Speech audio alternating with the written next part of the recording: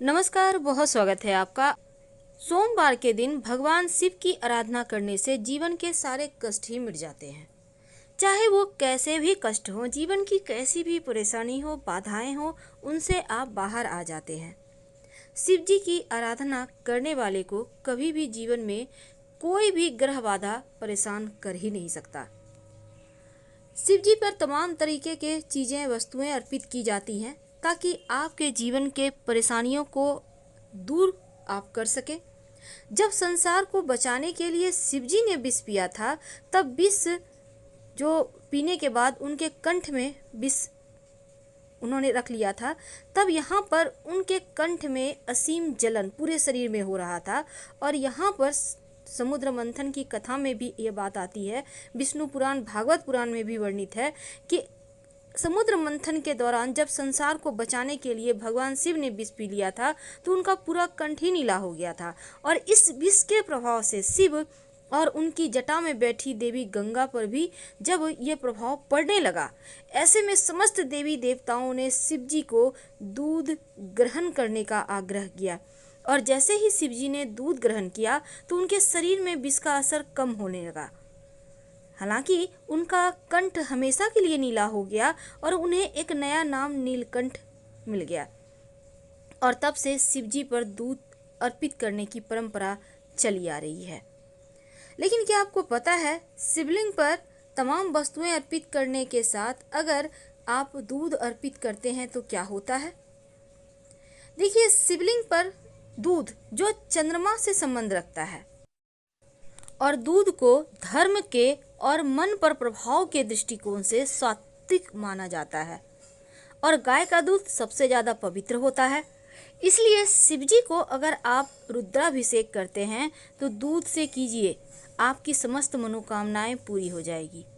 वैसे आप कुछ और नहीं भी करें तो आप जल में थोड़ा सा दूध मिलाकर नमः शिवाय का अनवरत जप करते हुए शिवलिंग पर अर्पित कर दें। ऐसा करने से जीवन के कष्ट कम होते हैं। अगर आपको भी मानसिक तनाव रहता हो, तब सोमवार के दिन आप नहाने के पानी में 1 चम्मच दूध डालकर नहाएं। आपकी चिंताएं धीरे धीरे कम होने लगेगी।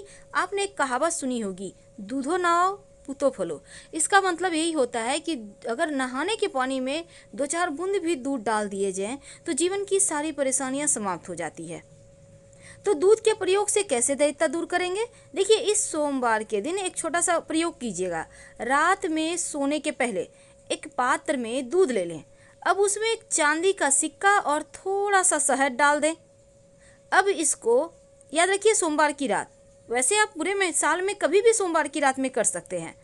अब जब आप इसको डाल दें, तब इसको आप चंद्रमा की रोशनी में रखें। अब आप अपने घर के मंदिर में शिव जी के सामने बैठकर एक मंत्र है, उसका जप कीजिए। ओम दारिद्र्य दुख दहनाय नमः शिवाय। ओम दारिद्र्य दुख दहनाय नमः शिवाय। इसके बाद मंत्र जप करने के बाद इस दूध को प्रसाद के रूप में ग्रहण करें। ऐसा करने से जीवन के दैत्य रूपी परेशानी समाप्त हो जाती है। अगर आप कर्जों से परेशान हैं, जीवन में समस्याएं एक के बाद एक परेशान करें, धन की समस्या बहुत ज़्यादा है, तब एक बार बटकेश्वर महादेव के शरण में आ जाएं। कर्जों से की समस्या से, धन की परेशानी से आसानी से आप बाहर निकल आएंगे। सबसे पहली बात तो बट का वृक्ष यानी बरगद का पेड़ आपके घर के आसपास है तो वहीं पर आपको जाना होगा। सोमवार के दिन ये प्रयोग करना है, लगातार 3 सोमवार करना है। 1 लोटा जल में 1 चुटकी पिसा हुआ चावल, 1 चुटकी हल्दी लेकर आप किसी भी बरगद के पेड़ के नीचे चले जाएं और वहां पर जल अर्पित करें और बटकेश्वर महादेव को प्रणाम करें। यानी जल अर्पित करना है जड़ में, लेकिन प्रणाम करना है बटकेश्वर महादेव को। इसके बाद थोड़ा सा जड़ उससे वहां पर से पेड़ से तोड़ कर ले आए। अब इस जड़ को आप लाल धागे के सहारे बांधकर अपने पॉकेट में रख लें, पर्स में रख लें, अपने बैग में रख लें, या आप चाहें तो अपने व्यवसाय स्थल पर रख लें। आप चाहें तो गले या बाह में धारण कर सकते हैं। धन की मुश्किलें भी दूर होगी, कर्जों की समस्या से मुक्ति मिल जाएगी। 3 सोमवार लगातार कीजिएगा, फिर देखिएगा जीवन में कैसे बदलाव होता है, कैसे आप धीरे धीरे आपके पास धन आने लगता है। आप जो भी कार्य करते हैं उसी में सफलता मिलने लगती है। चारों दिशाओं से जैसे लगेगा दैव योग हो रहा है, देवताओं की कृपा बरस रही है, कोई दिव्य शक्ति आपकी सुरक्षा कर रही है, आपको राह बता रही है।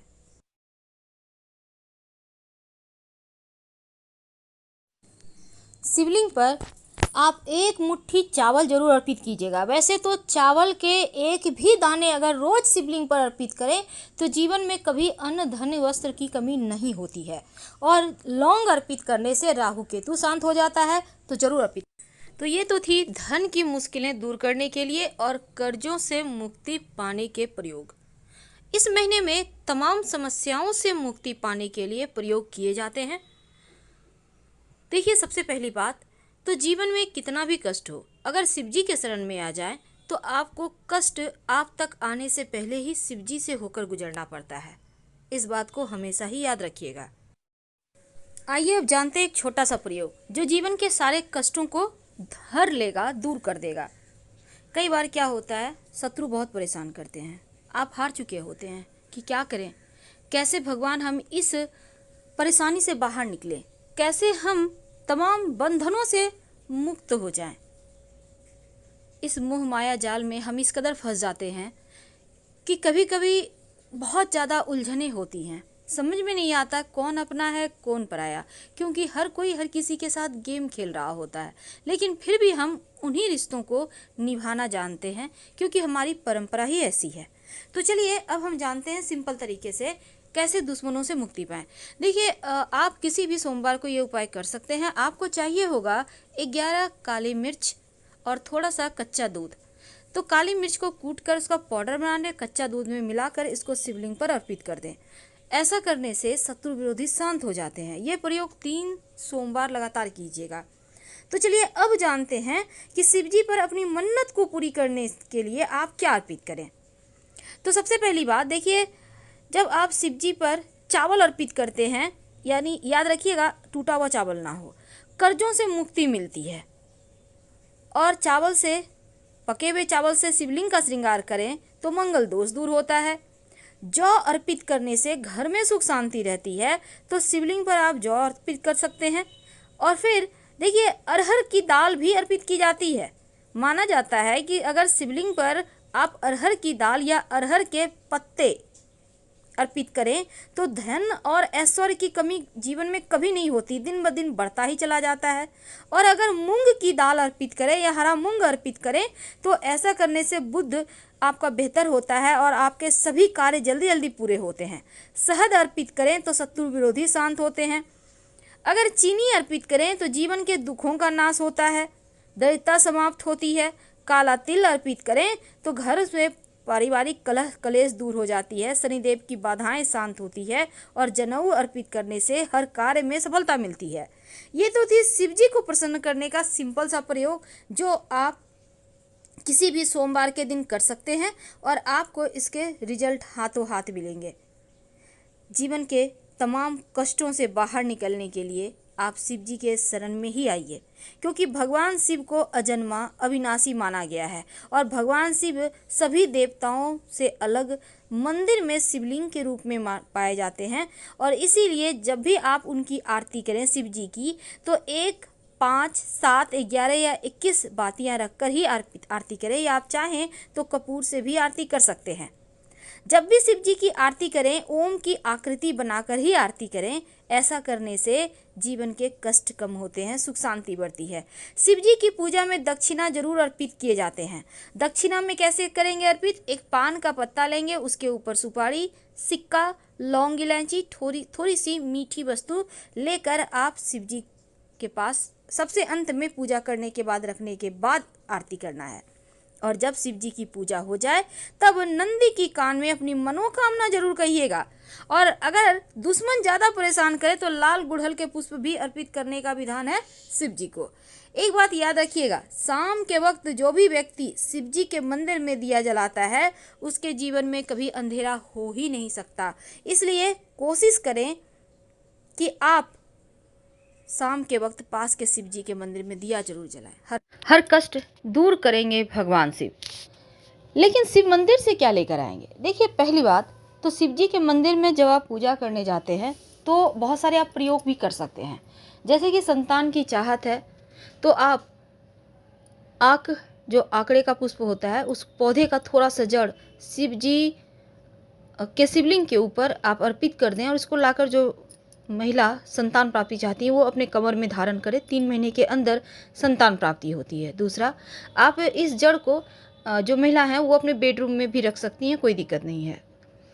देखिए, शिव जी के मंदिर से जब आप जाते हैं तो शिवलिंग पर जल अर्पित करते हैं, पंचामृत अर्पित करते हैं, तो वहाँ से थोड़ा सा नीर अपने लोटे में लेकर आइए। खाली लोटा कभी भी मंदिर से लेकर ना आए, इस बात का ध्यान रखिए। चाहे आप किसी भी भगवान की पूजा करने जाते हैं पर लोटा खाली मत लाइए।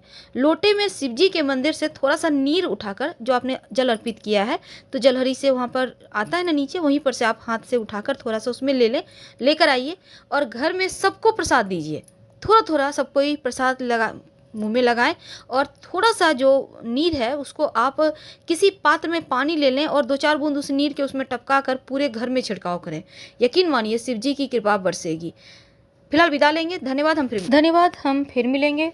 प्लीज़ लाइक कर सब्सक्राइब जरूर करें, अपनों से शेयर करें, कमेंट करें। यहाँ बहुत कष्ट है, कर्जा भी बढ़ गया, तकलीफें भी बढ़ गई, बहुत दुख भी बढ़ रहा है, कहीं परिवार सही नहीं चल रहा है, तो प्रयास करते रहा करो।